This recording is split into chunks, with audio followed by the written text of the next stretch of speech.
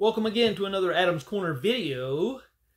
I've been doing these, trying to do them once a week, doing some visual components to my podcast, as it were. And I've got two reviews here today, two Kino Lorber Studio Classics titles, as it were. And we're going to be reviewing Fletch and Fletch Lives. Now, these have been previously released by Universal years ago, Blu Ray for both of these films. But this is the first time that Fletch Lives has ever been released with some extras. So that's the one advantage here, because I think the other Blu Ray from Universal was bare bones. But Fletch, we'll tackle that one first, as it were. Here it is. And there's your art on the back. What you get here is an audio commentary by entertainment journalists Arthur's Brian Reisman and Max Every. And then that's a new commentary, by the way. And what you get in addition to that are the carryovers from the Fletch Anniversary Edition Blu-ray, or whatever it was that Universal put out. And those are Just Charge It to the Underhills, from John Cocktoaston to Harry S. Truman, The Disguises. Favorite Fletch Moments featurette, and Chevy Chase Reba Merrill profile. And you get the trailer, of course, and the TV spots. So, what's the picture quality like on this new edition of Fletch, you might be asking? Well, that's a legitimate question. First of all, my thoughts on this film. I did not see this film in a theater. I saw it in early 1986, spring of 86, I guess, when it first debuted on cable. I remember when it came out in a theater, and I wasn't really sure if it was something that I might be interested in seeing or not. I had seen Vacation up to that point, and I had, but this was before any of the other Vacation films. So Chevy Chase was hit and miss for me at that point. But when I saw it on cable in spring of 86, I fell in love with the film. I thought it was hysterically funny in spots, a lot of good one-liners that I'm sure Chevy Chase made up as he went along. Scripting by Andrew Bergman, who previously had collaborated and co-written Blazing Saddles and had written many other films too. And I was pretty savvy about who wrote these films. So Michael Ritchie, I was familiar with him too as a director. He directed it. And the cast is great, and you even get some great character actors there. Joe Don Baker and, of course, Emmett Walsh appearing in this. And it was just, I had not read any of the Gregory MacDonald novels that they're based on, but I really, really enjoyed this film when I saw it as a teenager on HBO in spring of 86. And I've had it in many different iterations over the years. I don't know that I had it on Laserdisc, but I think I definitely had it on standard DVD, and then I had the special edition DVD, and I skipped the Blu-ray, I think, because I was thinking there might be a more substantial one being issued. Well, we finally got it, folks, and that's good, because this, I would say the picture quality on this is probably a 4 out of 5, if I were rating it, or a B+. The bit rate is fairly high. It climbs up to about 40.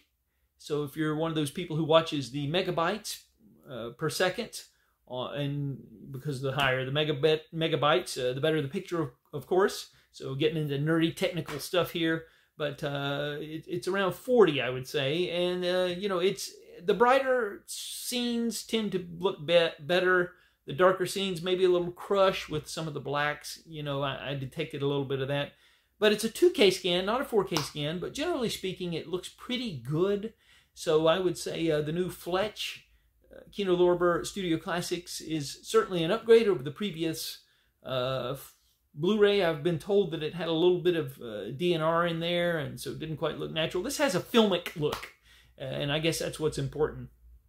It's great to revisit Fletch, and it's great to have this edition. I don't think we're going to get a 4K. This is probably the end of the line for physical media on Fletch, the original film. So the 1985 film Fletch is, that's my take on it. I would say recommended.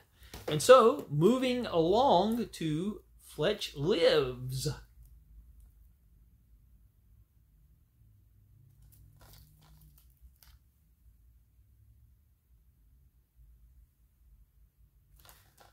This has an audio commentary also by entertainment journalists, authors Brian Reisman and Max Every. Fletch Lives making of featurette, a Chevy Chase profile, and a Julianne Phillips profile, the actress in the film. Maybe some of these featurettes have been previously included on the old Blu Ray. I never purchased it, so I don't know. I can't say for sure.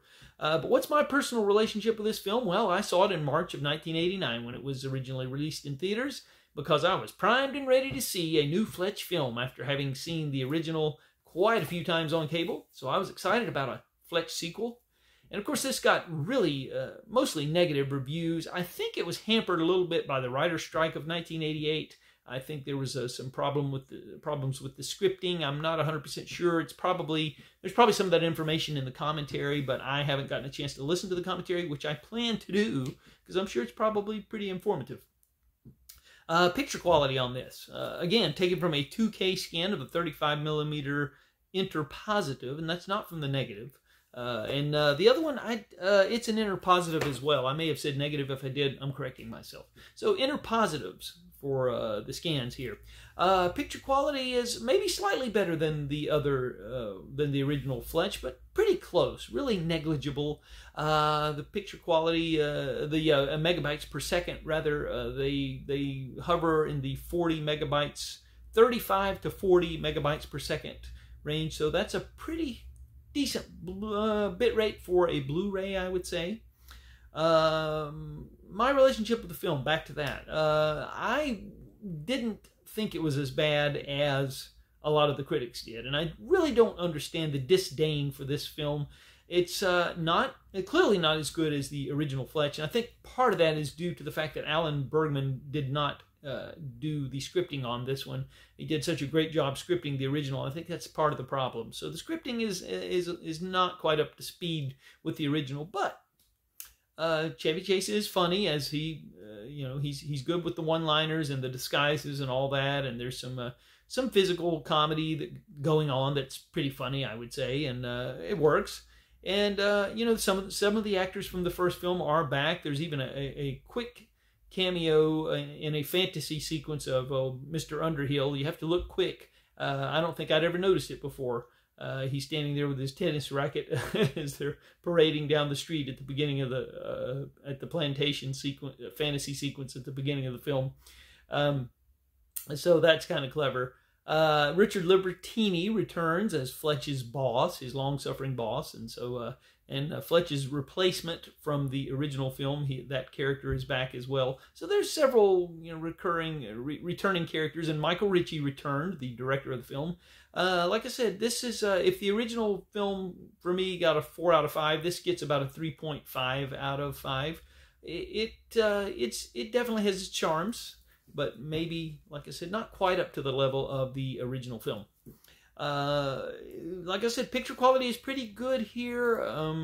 Again, the brighter sequences seem to look better than the darker ones. The darker ones tend to have a little bit of that black crush again. But again, that may be just because it's a 2K scan. But again, probably a 4 out of 5 star on the video. And the audio on both of these, they're both 5.1 audio tracks and 2.0 audio tracks included.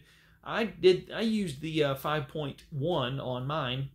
I utilized that, and most of the dialogue is centered in the center channel. Most of the audio is in the center channel, but you get some dimensionality every now and then with some of the music and sound effects that come out behind.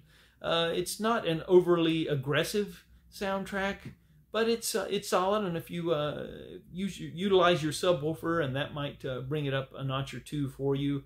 Again, these are welcome additions to the Kino Lorber Studio Classics line of titles. I'm so glad they have issued them, and if any of you were sitting on the fence about whether you should purchase them, I would say yes, both of them are recommended. So if you're thinking of upgrading with the Fletch and Fletch Lives, don't hesitate.